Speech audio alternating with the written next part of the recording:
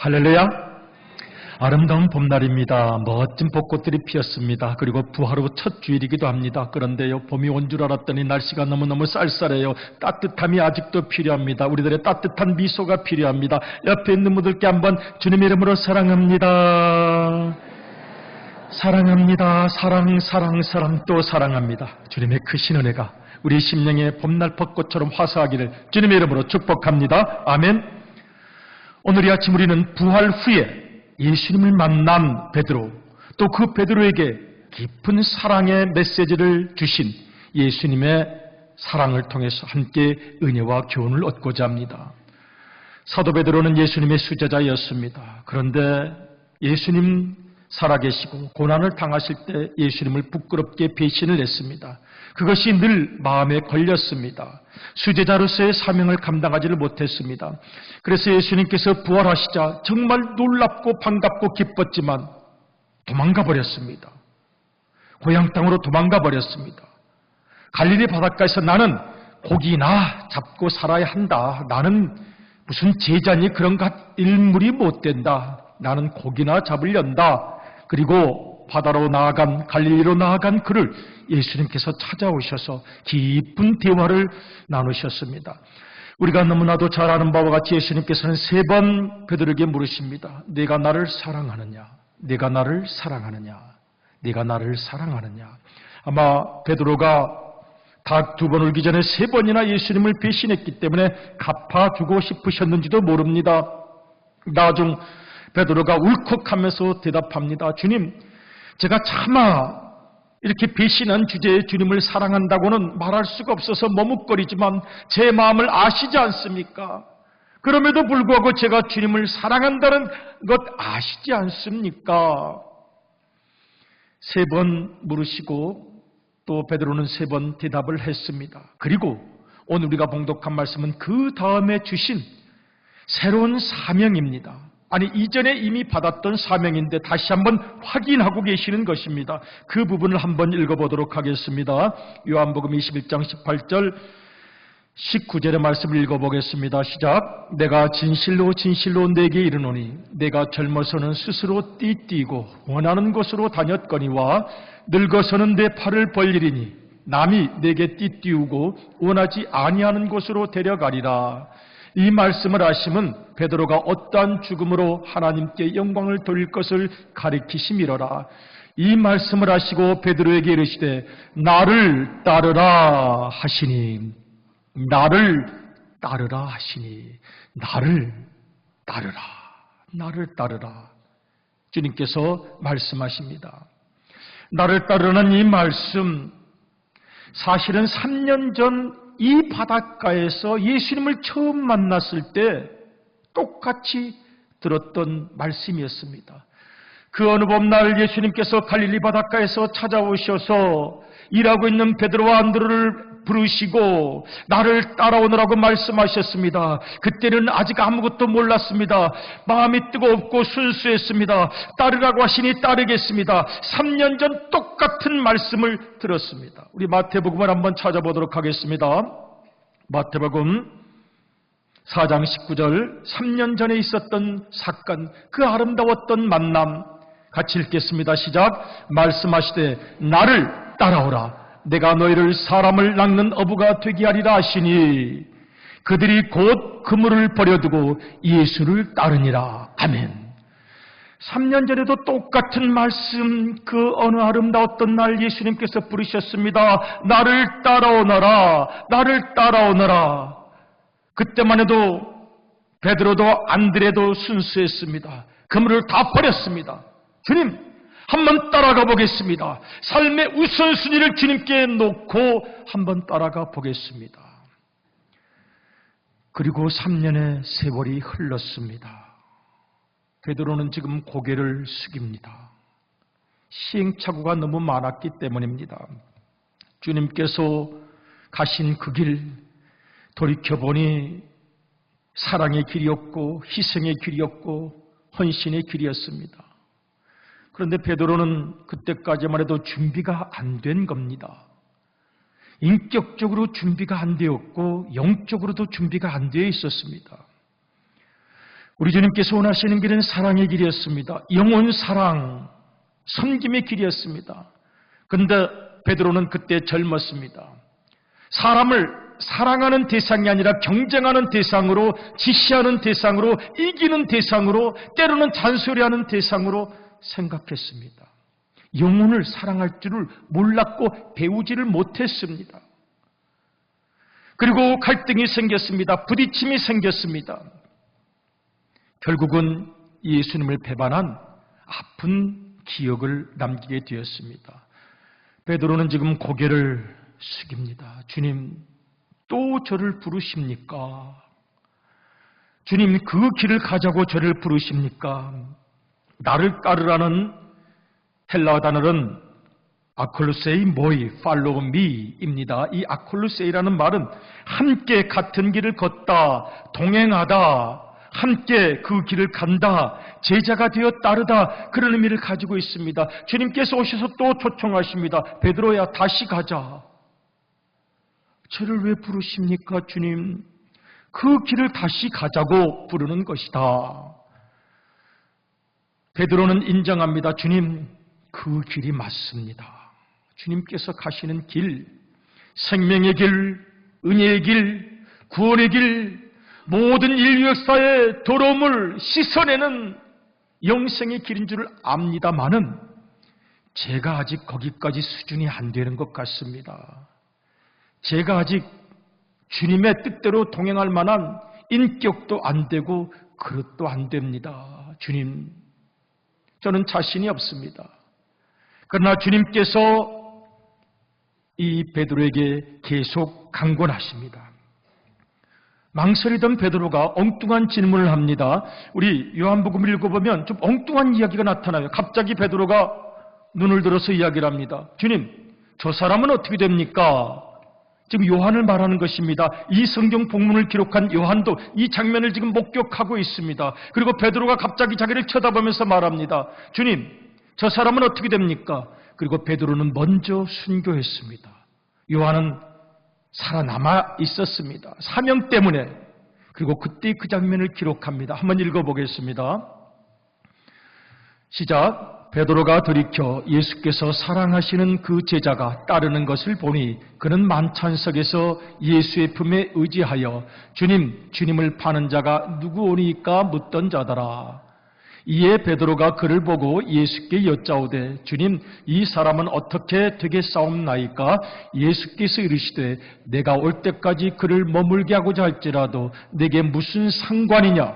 너는 나를 따르라 하시더라. 아멘. 지금 베드로가 옆에 있는 요한을 보고 말합니다. 아, 예수님, 저 요한 굉장히 예수님하고 친한 척하고 나 저 사람 싫은데요. 저 사람 마음에 안 드는데요. 저 사람은 어떻게 됩니까? 라고 묻습니다. 그런데 예수님께서 조금 쌀쌀해 보일 만큼 대답하십니다. 그게 내게 무슨 상관이냐? 너는 나를 따르라. 이렇게 말씀하십니다. 그것이 내게 왜 문제가 되느냐? 티프로스 호이. 이거 굉장히 중요한 의미가 담겨 있다고 하겠습니다. 베드로야, 너 그 사람 바라보다가 지금까지 실패했지 않느냐?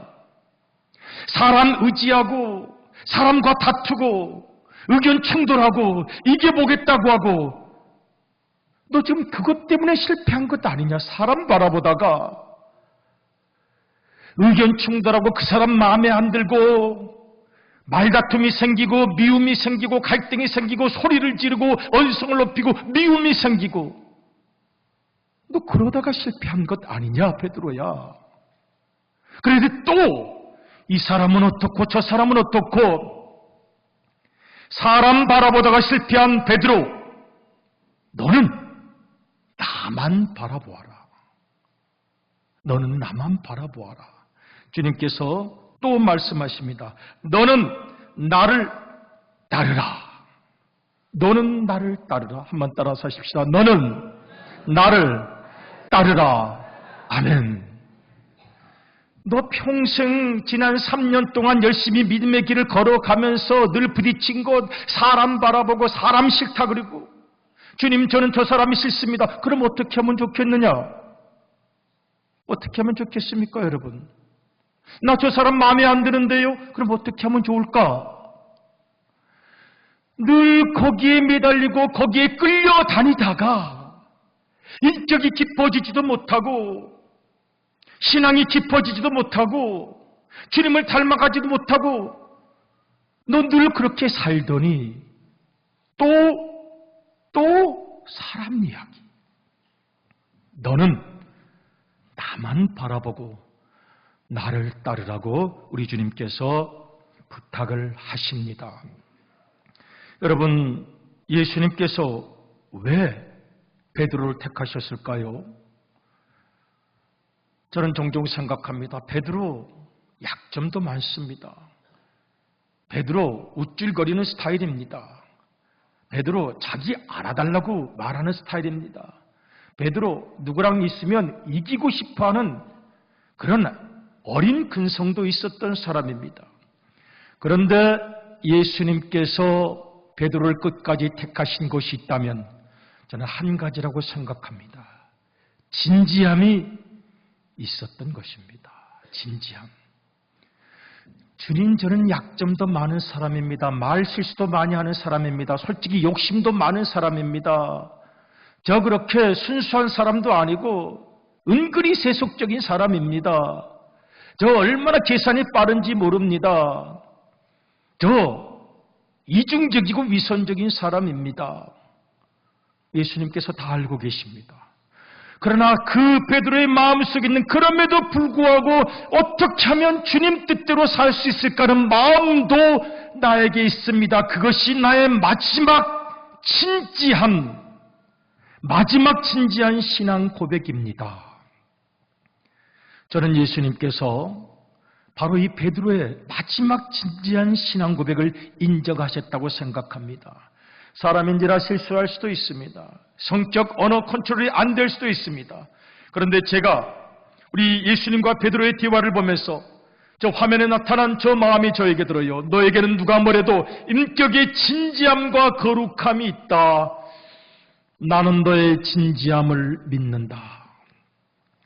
오늘 이 자리에 앉아 계신 사랑하는 믿음의 가족 여러분, 주님을 향한 진지함이 없이 이 자리로 나올 분은 한 분도 없습니다. 할 일이 없어서 나온 분도 없으십니다. 구경하려고 나오신 분은 더욱 없으십니다. 괜히 나오신 분도 있을 수 없습니다. 주님께 소리를 부르지 않으면 단 한 영혼도 주님 앞에 나올 수 없기 때문입니다. 베드로처럼 실수 많이 합니다. 그러나 주님께서 너에게는 누가 뭐래도 인격의 진지함, 주님 말씀대로 정직하게 살기 원합니다. 그전에는 세상 사람 바라보고 실망하고 환멸하고 스스로 무너졌다면 이제는 주님만을 바라보고 믿음대로 살기 원하는 그 마음만은 있습니다. 아마 주님께서는 이 베드로의 진지함을 믿어주셨던 것이 아닌가 생각합니다.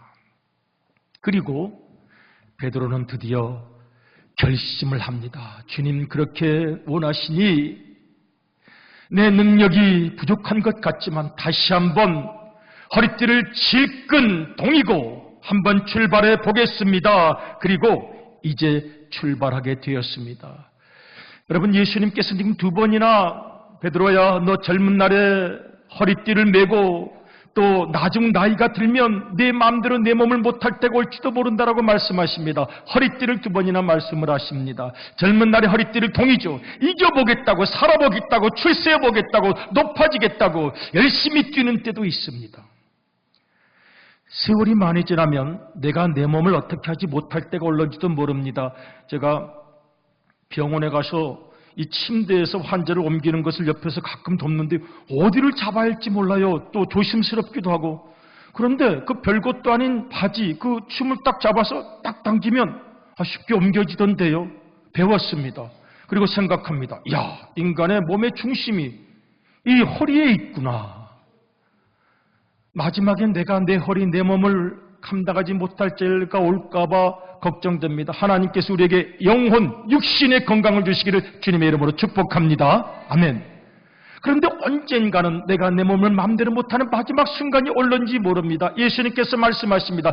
젊은 날에 허리띠를 동이고 성공해보겠다고 출세해보겠다고 뛰었던 세월, 그리고 어쩌면 마지막에는 내가 내 몸을 마음대로 하지 못할 때가 올지도 모르는 그 사이를 살고 있는 너, 너의 시간을 하나님의 계획에 맡겨다오.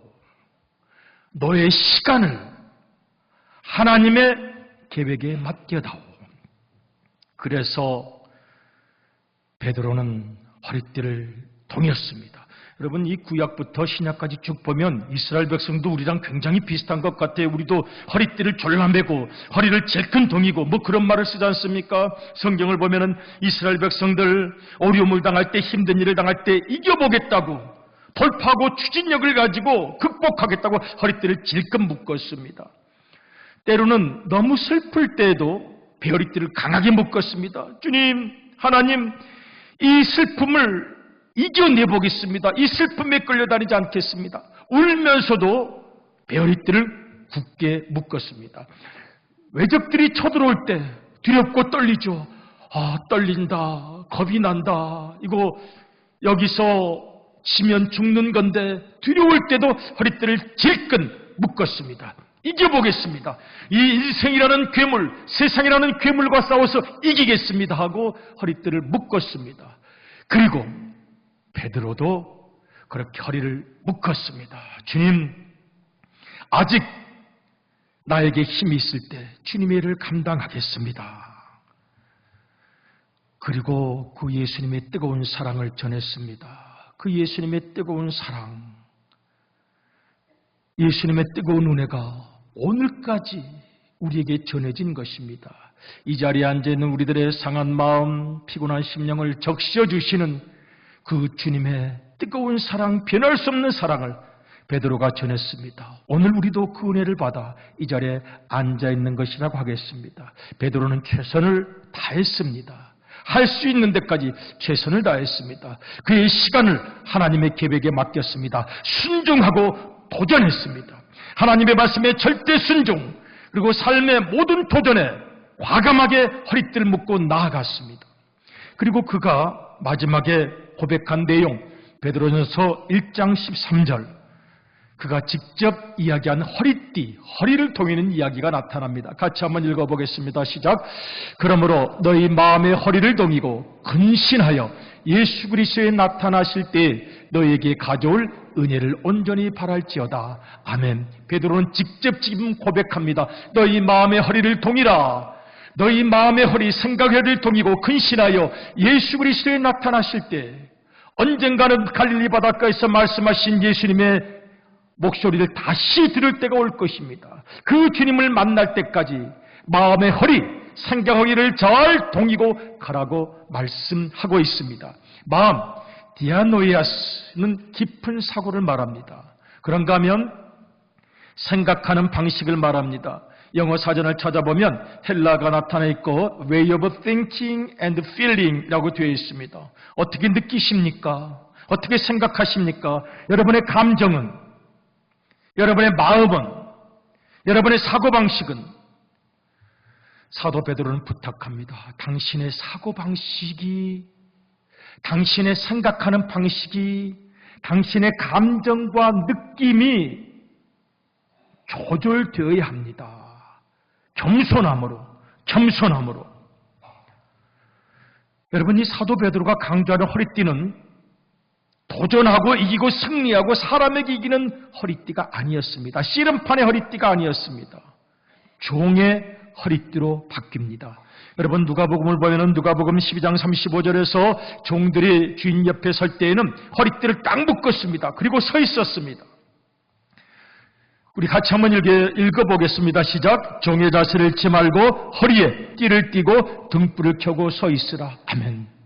무엇보다 예수님께서 제자들 앞에 무릎을 꿇으셨습니다. 무릎 못 꿇으시겠습니까? 무릎을 못 꿇으실 만한 자존심이 그렇게 강하십니까? 예수님께서 무릎을 꿇으셨습니다. 사랑을 위하여. 그리고 허리띠로 그의 흘러내린 옷을 묶으셨습니다. 같이 한번 읽어보시겠습니다. 요한복음 13장 4절입니다. 요한복음 13장 4절 시작. 저녁 잡수시던 자리에서 일어나 겉옷을 벗고 수건을 가져다가 허리에 두르시고 허리를 질끈 묶으시고 그 앞에 무릎을 꿇고 그 더러운 발에 손을 대셨습니다. 우리 그렇게 못할 만큼 많이 하시고 많이 높으신가요? 베드로는 다 내려놓습니다. 그 전에 몰라서 부끄러웠던 것, 사람을 사랑할 줄을 몰랐습니다. 그 영혼이 얼마나 불쌍한지도 몰랐습니다. 사람이 사람을 보면 대결해야 되는 줄 알았습니다. 이겨야 되는 줄 알았습니다. 긴 세월이 지나고야 그는 알게 됩니다. 사람은 사랑해야 되는 대상이라는 것. 그래서 베드로전서 5장 5절에 또 베드로는 말합니다. 한번 같이 읽어볼까요? 시작. 젊은 자들아, 이와 같이 장로들에게 순복하고 다 서로 겸손으로 허리를 동이라. 하나님이 교만한 자를 대적하시되 겸손한 자들에게는 은혜를 주시느니라. 아멘. 여기서 장로님들은 오늘날의 직분 장로님일 수도 있고 나이가 많고 연세가 많은 원로 목사님들을 다 포함하는 것입니다. 겸손하십시오. 젊은이들이여 겸손하십시오. 겸손으로 허리를 동이십시오. 하나님께서는 교만한 자를 기뻐하지 않으십니다. 누가 감히 하나님 앞에서 목을 세워 빳빳하게 들 수 있겠습니까? 겸손으로. 베드로는 세월이 갈수록 인격이 깊어졌습니다. 그리고 하나님의 뜻을 따라 모든 곳에 복음을 전하는 자가 되었습니다. 복음의 내용이 무엇입니까? 예수 그리스도의 은혜입니다. 여러분, 사도 베드로는 행복했을까요? 저는 분명히 행복했을 것이라고 생각합니다. 여러분, 복음은 행복한 것입니다. 아멘입니까? 결코 부담이 아닙니다. 복음은 깨달음입니다. 우리 허상과 비늘을 다 벗어버리고 진정한 행복, 내면의 평화, 우리 주님이 주시는 선물입니다. 베드로는 행복한 사람이 되었습니다. 예수 그리스도를 전했고 그 예수 그리스도께서 그 마음을 품어주시는 이들마다 생이 변화가 되었던 것입니다. 제가 종종 듣는 간증, 아마 그런 간증 여러분들도 많이 들으셨을 거예요. 그런 얘기를 하시는 분이 있습니다. 내가 만약 예수님을 만나지 못했다면 벌써 미쳐버렸거나 정신병원에 들어갔거나 자살했거나 인생이 파멸됐거나, 그런데 예수님의 은혜를 만나서 예수님의 용서가 없었다면 벌써 미쳐도 옛날에 미쳐버려 제정신으로 못 살았을 것입니다. 가정은 다 파괴되어 버렸을 것입니다. 내 인생도 자포자기 되었을 터인데 예수님께서 나를 끝까지 붙잡고 가셔서 여기까지 왔고 웃을 수 있게 되었고, 내가 아마 예수님을 만나지 못했다면 절대로 웃음을 회복하지 못했을 텐데 웃게 되었고 다시 소망을 설계하게 되었습니다. 할렐루야. 베드로가 만난 예수님, 베드로가 전한 예수님은 바로 나의 예수님입니다. 오늘 이 아침 우리는 예수님과 베드로의 대화를 구경하고 있는 것입니까? 아니요. 우리 구경하려고 온 것 아닙니다. 지금 예수님께서 이 자리에 계시는 한 분에게 묻고 계십니다. 여러분, 누구신가요? 예수님께서 지금 이 자리에 계신 분께 말씀하고 계십니다. 너는 나를 따르라고 지금 말씀하고 계십니다. 여러분, 누가 아멘 하실 분 계십니까? 여러분, 이 자리에 있는 우리를 지금 주님께서 부르고 계십니다. 우리 지금 팔짱 끼고 앉아서 예수님과 베드로가 뭔 대화를 하고 있나 구경하려고 온 것 아닙니다. 우리의 마음속에 있는 진지함으로 예수님의 말씀 앞에 섭니다. 예수님께서 뭐라고 말씀하십니까? 너는 나를 따르라. 너는 나를 따르라. 이 말씀을 들으실 분이 누구십니까? 우리 모두입니다. 여러분, 이 아침 가장 중요한 말씀을 드립니다. 주님께서 우리의 인격적 약점에도 불구하고 우리의 모순에도 불구하고 또다시 우리를 한 분 한 분의 마음 깊은 곳에 묻고 계십니다. 그리고 원하고 계십니다. 나를 따르라. 너는 나를 따르라. 우리 아멘으로 응답할 수 있기를 원합니다. 아멘? 아멘이십니까? 주님께서 우리를 부르고 계십니다. 모순도 많고 약점도 많은 우리의 영혼 깊은 곳에 순종과 절대 복종과 감사의 고백이 있기를 주님의 이름으로 축복합니다. 한 번 더 하겠습니다. 제가 너는 나를 따르라 하면 여러분 아멘 해주시면 감사하겠습니다. 너는 나를 따르라. 아멘. 부족한 정도 고백합니다. 아멘. 다시 고백합니다. 그리고 그 주님께서 우리의 길을 이끌어 가시기를 기도합니다. 그 고백이 새롭게 되고 갱신되어야 오늘 이 시간 주님께서 우리를 만져주실 것입니다. 제가 이 말씀을 준비하면서 주님을 따라야 되는데요. 그런데 갑자기 반전스러운 생각이 들었어요. 어떤 반전스러운 생각이 드느냐면요. 주님, 우리가 사명을 어떻게 찾아야 되나요? 지금 이곳에서 만나는 사람들, 식당에서, 주차장에서, 예배 로비에서 친절한 미소, 사랑, 크고 작은 일, 우리가 일을 잘 감당해 주시고요. 그런데 갑자기 주님, 우리 우암교회 이 정도면 좀 잘하고 있는 것 같은데요. 뻔뻔한 생각이 들었습니다. 이 정도면 잘하고 있는 것 같은데요. 우리의 마음속에 진지함이 있지 않습니까? 믿음대로 살려고 지금 이 자리를 지키고 간절한 마음으로 주님을 바라보고 계시지 않습니까? 우리 구제합니다. 선교합니다. 봉사합니다. 헌금합니다. 나눕니다. 베풉니다. 전도하기 위해 찾아갑니다. 해외로 나아가고 국내로 나아가고 모든 춥고 외로운 영혼들을 찾아갑니다. 최선을 다하고 계시는 것입니다. 주님께서 우리를 기뻐하실 것 같아요. 주님께서 우리를 버리지 않으실 것 같아요. 우리 최선을 나름대로 다하고 계시니까요. 여러분, 우리 우암교회가 모든 사람이 주목하는 교회가 되었습니다. 교회를 주목하는 것이 아닙니다. 교인들을 주목하고 있는 것입니다. 그 교인들의 수준을 알고 싶어합니다. 꿈이 있는 교회, 비전과 미래로 이 충북과 이 시대를 이끌어가는 교회, 모든 사람이 궁금해하는 교회, 부흥하고 발전하는 교회의 핵심에는 진정한 우암의 클래스는 진지한 결단에 있다고 하겠습니다. 주님 뜻대로 살고 싶습니다. 이것이 우리의 결단이어야 합니다. 이것이 시대를 이끌어가는 우리 우암교회 수준이어야 합니다. 우리 한번 제가 늘 듣는 고백 중에서 좋은 고백을 한번 써봤어요. 정말 어떻게 해야 주님께서 원하시는 삶을 그 다음 주를 한번 읽어보도록 하겠습니다. 정말 어떻게 해야, 같이 한번 읽겠어요. 시작. 정말 어떻게 해야 주님께서 원하시는 삶을 따르는 것인지 늘 스스로에게 물으며 고민합니다.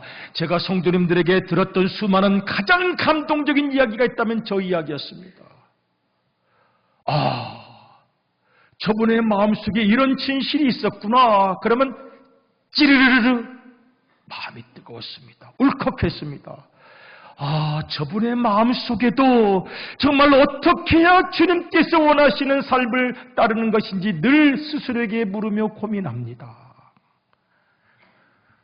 우리 주님께서 이 결심을 위로하실 줄로 믿습니다. 베드로가 승리했습니다. 우리도 승리할 수 있습니다. 베드로가 행복했습니다. 우리도 행복할 것입니다.